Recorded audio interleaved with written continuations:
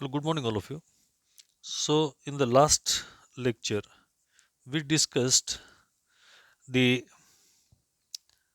general mechanism for the electrophilic aromatic electrophilic substitution reactions. And now we want to deal with the mechanisms of the different reactions that are shown by the aromatic compounds. And here the example which we are considering, that is benzene. And so the nitration of benzene. And so here in the nitration of benzene, the reaction is that in which the hydrogen atom of benzene is replaced by the nitronium ion by using the mixture of concentrated nitric acid with concentrated sulfuric acid.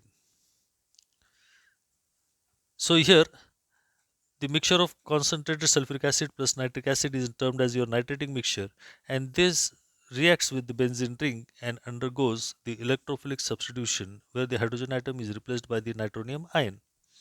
And so the product obtained is along with the aromatic character where it is retained, and we say that this is a electrophilic substitution reaction. So most oftenly we have studied that the acids are the substances which donates H plus ions, and so there's a question for you that how the nitronium ion is being formed. And so to study all these things we want to study the mechanism of the reaction. And when we say what is mechanism is nothing but the stepwise discussion of the reaction. And so the commonly accepted mechanism of the nitration is that in which the first step is the formation of electrophile. So we say that the formation of electrophile in the nitration reaction means the formation of nitronium ion. Nitronium ion. And so the mixture of concentrated nitric acid with concentrated sulfuric acid. So here the both the acids are concentrated and the ratio is 1 is to 2. 1 part of nitric acid with 2 parts of sulfuric acid. This mixture gives you the formation of NO2 plus, that is the nitronium ion, plus H3O plus hydronium ion, and plus HSO4 minus. These are the conjugate conjugate base. This is the conjugate base of the acid. So what is the role of these acids? So it's a simple acid base reaction. So this is a simple acid base reaction. So we will have to study this reaction in two different steps. Now if we see the structure of the nitric acid, it's NO2OH plus H2SO4. So the first molecule of the sulfuric acid which acts as an acid which will donate a H plus ion, whereas nitric acid behaves like a base. And so this is a simple acid base reaction. Then here it behaves as an acid, here it behaves as a base, it will accept a proton. And so here there is the lone pair of electron. And here in the first step, NO2OH H plus from the sulfuric acid is accepted by the OH of the nitric acid. And so here you get the formation of HNO H2O plus. And so here this intermediate which is obtained, this plus the HSO4 minus, this is the conjugate base which is formed in this reaction. Now this NO2OH H plus will again react with the second molecule of sulfuric acid. And when it reacts with the second molecule of sulfuric acid, what happens? Now there is no electron pair with this oxygen to accept a proton, and so this bond breaks and gives the electron pair to the H2O plus, and here you get the formation of NO2 plus, that is the nitronium ion plus H3O plus, plus HSO4 minus. And so in all, if you just calculate these two steps A and B, you will see that only one molecule of nitric acid is involved, so HNO3, plus two molecules of sulfuric acid are involved, that is H2SO4. And here you will get the formation of the intermediates in these two, that HSO4 is common, so twice HSO4 minus two molecules of the conjugate base plus H3O plus H3O plus, and plus here you are getting the nitronium ion, that is NO2 plus. And so in this way this nitronium ion behaves as an electrophile in the second step, that is the formation of sigma complex. When the pi complex is being formed, pi complex is getting converted to the sigma complex. And so the first step is your formation of the electrophile, that is the nitronium ion, and second step is the formation of, or the attack of electrophile, or to which you can also say as formation of sigma complex. As I told you, the pi formation of pi complex is also taking place. Yes, pi complex forms and then it immediately gives you the sigma complex. So we will directly consider the formation of the sigma complex. And so in the second step, when the benzene ring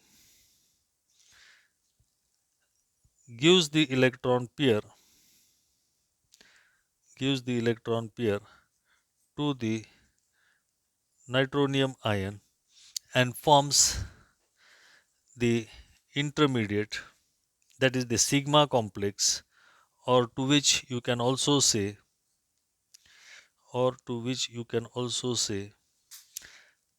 carbonium ion. So this is your sigma complex, or you can say it's a carbocation. And so this is obtained. Now why carbocation is obtained as an intermediate? Because here there is a resonance stabilization. This electron pair is donated here, and if you see that this positive charge is getting delocalized in the ring from ortho to para position. Here this is ortho position, this is para position, and again further this is getting stabilized in this way. So the formation of carbocation is taking place very easily because it undergoes the stabilization by resonance.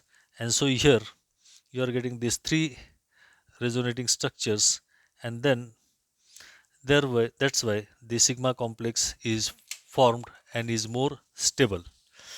And so in this way the sigma complex is formed, and which further undergoes the aromatization in the last step, where here the third step is aromatization of the compound, or abstraction of proton. So in the very first step, when the electrophile is formed, there in the molecule you are getting the formation of a conjugate base.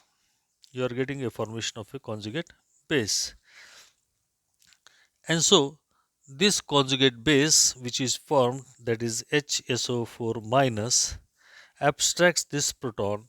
This proton gives the electron pair to this carbocation, and here it undergoes aromatization. And the product obtained here is your nitrobenzene. Here it's your nitrobenzene plus H2SO4. And so this is your nitrobenzene, that is then electrophilic substitution reaction, and an aromatic character of this ring is being retained in the reaction. And so in this way we get the formation of the nitrobenzene as a product. And so in this way we can say, or the rate law of this reaction was being studied. So it shows that the rate is directly proportional to the concentration or it is equal to the K is that the reaction constant, and it is directly proportional to the concentration of the substrate and the concentration of the electrophile. And so this is determined in the slow step, where the attack of the nitronium ion takes place in the first step, and in the last step, that is the first step is the rate determining step, and in the last step the breaking of CH bond is taking place, that is the first step. And so the rate of the reaction is directly proportional to the concentration of substrate and the electrophile. And so the scientists said that whether it is the breaking of the CH bond is taking place in a slow step or fast step. So they carried out the kinetic isotopic reaction.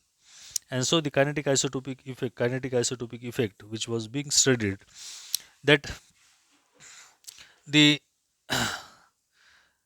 instead of proton, the deuterium was added to this, means the Kh by Kd. This reaction was the rate of for both the reactions was calculated for the benzene with proton and benzene with deuterium, and this indicates that both the reaction proceeds in the same rate with the same rate, because the breaking of here, if we see that the NO2 plus, this accepts the proton and forms the